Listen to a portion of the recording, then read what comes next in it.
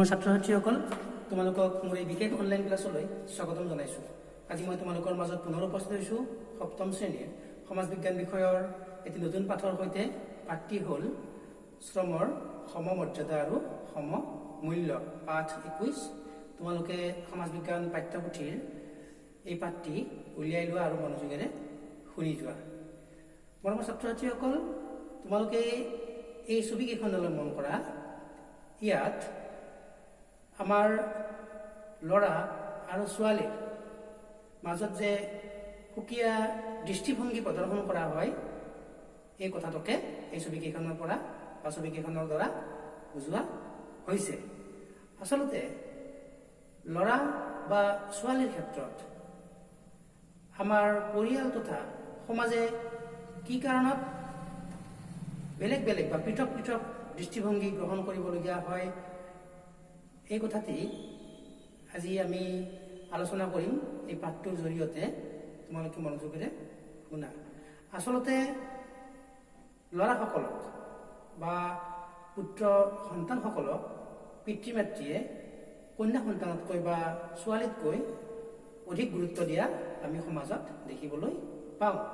ইয়াৰ মূলত কাৰণ হ'ল পিতৃ মাতৃসকলে ভাবে যে ল'ৰাসকলে ভৱিষ্যতে তেওঁলোকে পঢ়া শুনা কৰি তেওঁলোকে নিজকে উপযুক্তভাৱে গঢ়ি তুলি তেওঁলোকে অৰ্থ উপাৰ্জন কৰিব পাৰিব আৰু অৰ্থ উপাৰ্জন কৰি ঘৰখন তেওঁলোকে সুন্দৰভাৱে পৰিচালনা কৰিব পাৰিব। সেইবাবে ল'ৰাসকলে ভৱিষ্যতে এগৰাকী সবল, বুদ্ধিদীপ্ত বা আত্মনিৰ্ভৰশীল ব্যক্তি হোৱাৰ লগতে যাতে নিজেই সিদ্ধান্ত ল'ব পাৰে, তাৰ ওপৰত অভিভাৱকসকলে বা পিতৃ মাতৃয়ে যথেষ্ট গুৰুত্ব প্ৰদান কৰে। আনহাতে আমাৰ ছোৱালীসকলক পৰিয়াল তথা সমাজে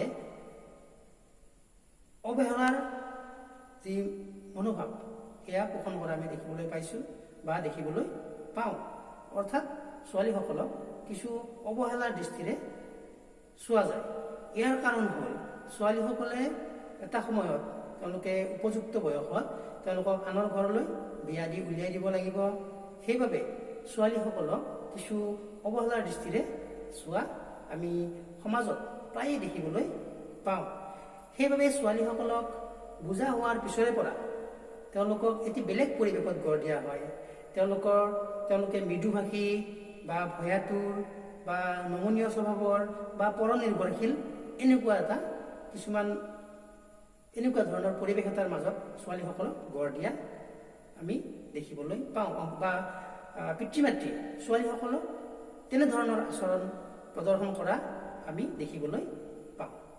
এতিয়া এই ল'ৰা আৰু ছোৱালীৰ ক্ষেত্ৰত যি আচৰণ প্ৰদৰ্শন কৰা হয় বা যি সুকীয়া যি মনোভাৱ প্ৰদৰ্শন কৰা হয়, এই একেটি মনোভাৱ প্ৰদৰ্শন কৰা হয় পুৰুষ আৰু মহিলাৰ ক্ষেত্ৰত।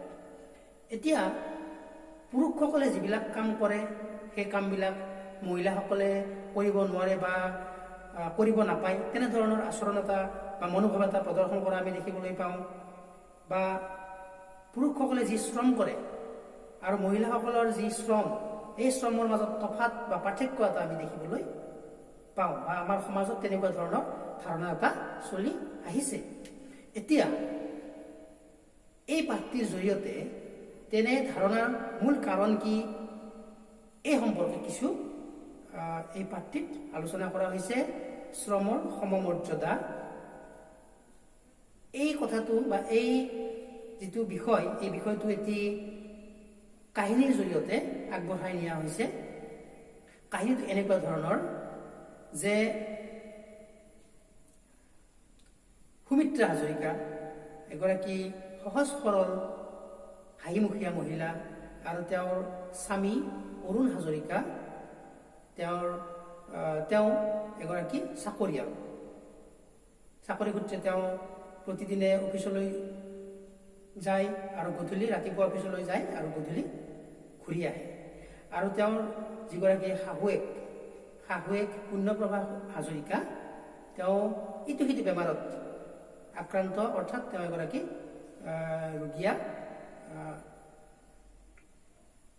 শাহুৱেক বা ৰোগীয়া মহিলা। আৰু তেওঁলোকৰ একমাত্ৰ ছোৱালী অঞ্জলি ষষ্ঠ শ্ৰেণীত পঢ়ে। এই পৰিয়ালটোৰ এটি কাহিনীৰ মাজেৰে আমাৰ যি শ্ৰমৰ সমমৰ্যাদা বা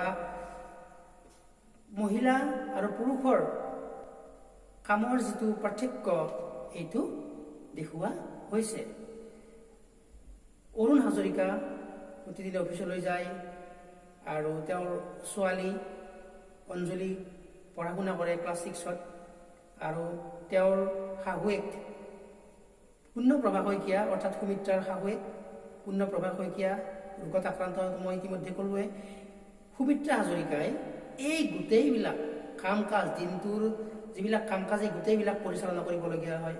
পাকঘৰৰ পৰা আদি কৰি বিভিন্ন ধোৱা পখলালৈকে গোটেইখিনি কাম কৰিবলগীয়া হয়। তাৰ মাজতে ৰোগীয়া শাহুৱেকৰ আলপৈচান ধৰিবলগীয়া হয়, লগতে ছোৱালীৰ পঢ়া শুনাৰ ওপৰত গুৰুত্ব দিবলগীয়া হয়। এনেধৰণৰ বিভিন্ন কামত ৰাতিপুৱাৰ পৰা ৰাতি শোৱাৰ সময়লৈকে সুমিত্ৰা হাজৰিকা ব্যস্ত থাকে। বা গিৰিয়েক অৰুণ হাজৰিকা যেতিয়া অফিচৰ পৰা আহিলে তেওঁক তৎক্ষণাত শাহুৱেকৰ নিৰ্দেশ মতে তৎক্ষণাত তেওঁক যা যোগাৰ কৰি দিব লাগিব, খোৱা খাদ্য যা যোগাৰ কৰি দিব লাগিব। এনেকুৱা ধৰণৰ কামত সুমিত্ৰা হাজৰিকা যথেষ্ট ব্যস্ত থাকিবলগীয়া হয়। ঠিক এদিনৰ কথা, সিদিনা দেওবাৰ আছিলে, ভাটিবেলা বা আবেলি সুমিত্ৰা হাজৰিকাই ঘৰ সাৰি আছিলে আৰু তেনেতে এটা ফোন কল আহিছিলে সুমিত্ৰাৰ মোবাইললৈ। আহোঁতে তেওঁ যিহেতু কামত ব্যস্ত আছে, তেওঁৰ ছোৱালী অঞ্জলিক ধৰিবলৈ দিলে ফোনটো ৰিচিভ কৰিলে।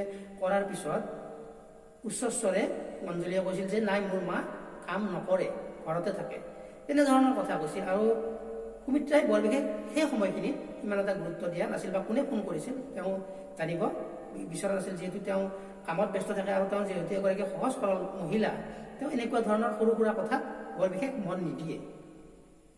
এনেকুৱা ধৰণে বা ওচৰ পাজৰৰ মানুহেও তেওঁক এদিন কৈছিল যে তেওঁৰ কোনো কষ্ট নাই, তেওঁ ঘৰতে থাকিবলগীয়া হয় বা ঘৰতে থাকে, কোনো কষ্ট কৰিবলগীয়া নহয়। এনেধৰণৰ মন্তব্য সময়ে সময়ে সুমিত্ৰা হাজৰিকাই শুনিবলৈ পাইছিল। কিন্তু সেইবিলাক কথালৈ ভ্ৰূক্ষেপ তেওঁ কৰা নাছিল, কাৰণ তেওঁ ভাবিছিল যে মানুহে তেনেকৈ ধৰণে কয়েই। গতিকে কিন্তু তেওঁৰ ছোৱালীয়ে ফোনত যি কথা কৈছিল কাৰোবাক, এই কথাখিনিয়ে তেওঁক হয়তো আঘাত দিছিল কিছু পৰিমাণে, যে তেওঁ যে কাম কৰে এই কামৰ যে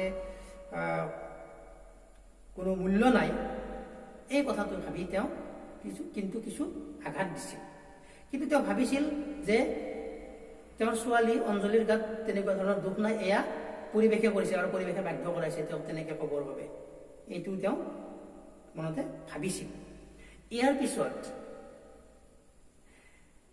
তেওঁ যেতিয়া তেনেকৈ ভাবিছিল, ভবাৰ পিছত তেওঁৰ কিছুমান মনতে প্ৰশ্নৰ উদ্ৰেক ঘটিছিল। তেওঁ মনত বিভিন্ন প্ৰশ্নই তেওঁক ভাৰাক্ৰান্ত কৰি তুলিছিল সেই সময়ত, আৰু তাৰ উত্তৰ বিচাৰিছিল তেওঁ। আৰু অৱশেষত এটা কথা এই কাহিনীটোৰ পৰা এটা কথা প্ৰতীয়মান হয় যে তেওঁৰ গিৰিয়েক সুমিত্ৰা হাজৰিকাৰ গিৰিয়েক অৰুণ হাজৰিকাই যিহেতু অফিচত যায়, এটা চাকৰি কৰে, তাৰ পৰা তেওঁ উপযুক্ত বা উচিত দৰমহা লাভ কৰে, সেইকাৰণে তেওঁৰ যিটো কাম সেই কামৰ কষ্ট বেছি। আৰু সুমিত্ৰাই কৰা কামৰ তাৰ বিনিময়ত কোনো দৰমহা লাভ নকৰে, ঘৰৰ সমস্ত কাম চম্ভালিব লগা হয়, তাৰ বিনিময়ত সুমিত্ৰাই কিন্তু এটকাও দৰমহা যিহেতু লাভ নকৰে, গতিকে তেওঁৰ কামৰ মূল্য কম বা মূল্য নাই। এনেকুৱা ধৰণৰ কিছুমান কথা তেওঁ ভাবিবলৈ লৈছিল। আচলতে এইটো একেবাৰে উচিত নহয়, কাৰণ আমি সকলোৱে জানো মহিলা এগৰাকীয়ে বা গৃহিণী এগৰাকীৰ পৰিয়ালটো বা ঘৰখন পৰিচৰ্যা কৰা বা চম্ভালা কিমান কঠিন কাম। তোমালোকে ছাত্ৰ ছাত্ৰীসকল, তোমালোকৰ মাক দেখিছা, ঘৰখনত তোমালোকৰ বাবে, তোমালোকৰ দেউতাৰ বাবে বা পৰিয়ালটোৰ ভালৰ বাবে তোমালোকৰ মায়ে কিমান কষ্ট কৰে। কিন্তু আমি বা তোমালোকে প্ৰত্যেকেই তোমালোকৰ পাত্ৰী বা মহিলাসকলে যিবিলাক কাম কৰে বা ঘৰখন চম্ভালে, সেই কামবিলাকৰ উচিত মৰ্যাদা বা স্বীকৃতি দিয়াটো উচিত। এই স্বীকৃতিয়ে আমাৰ এটা পৰিয়াল বা এখন সমাজক কি কৰিব, আমাক ভাল দিশ এটা প্ৰদৰ্শন কৰিব। অৰ্থাৎ সমাজত যিটো মহিলা বা পুৰুষৰ ক্ষেত্ৰত বা ল'ৰা ছোৱালীৰ ক্ষেত্ৰত যিটো পৰিয়ালে ভাবে আৰু এই পৰিয়ালে ভবা কথাবিলাক সমাজত প্ৰভাৱ পৰে।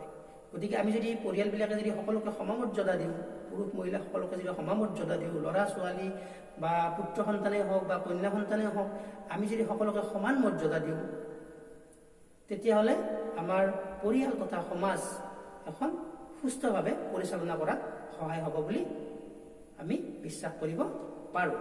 গতিকে মৰমৰ ছাত্ৰ ছাত্ৰীসকল, এটি সুন্দৰ পাঠ, এই পাঠটোৰ জৰিয়তে আমি পুৰুষ মহিলা বা ল'ৰা ছোৱালীৰ মাজত যে আমি সমমৰ্যাদা প্ৰদান কৰিব লাগে সকলোকে, বা সমানে গুৰুত্ব দিব লাগে, বা আমি যিবিলাক কাম কৰে পুৰুষ মহিলাসকলে সেই সকলোকে যাতে আমি কামৰ উচিত মৰ্যাদা দিব পাৰোঁ, এই কথাখিনিয়ে এই পাঠটোৰ জৰিয়তে আলোচনা কৰা হৈছে। গতিকে আমি এই পাঠটি আজিলৈ ইমানতে সমাপ্ত কৰিছোঁ। আমি পৰৱৰ্তী ক্লাছত এই পাঠটিৰ পিছৰ আলোচনা কৰিম। গতিকে তোমালোকৰ আজিৰ দিনটো শুভ হওক, মংগলময় হওক, তাৰ কামনাৰে আজিৰ মোৰ এই বিশেষ অনলাইন ক্লাছটি ইমানতে সামৰণি মাৰিছোঁ। ধন্যবাদ।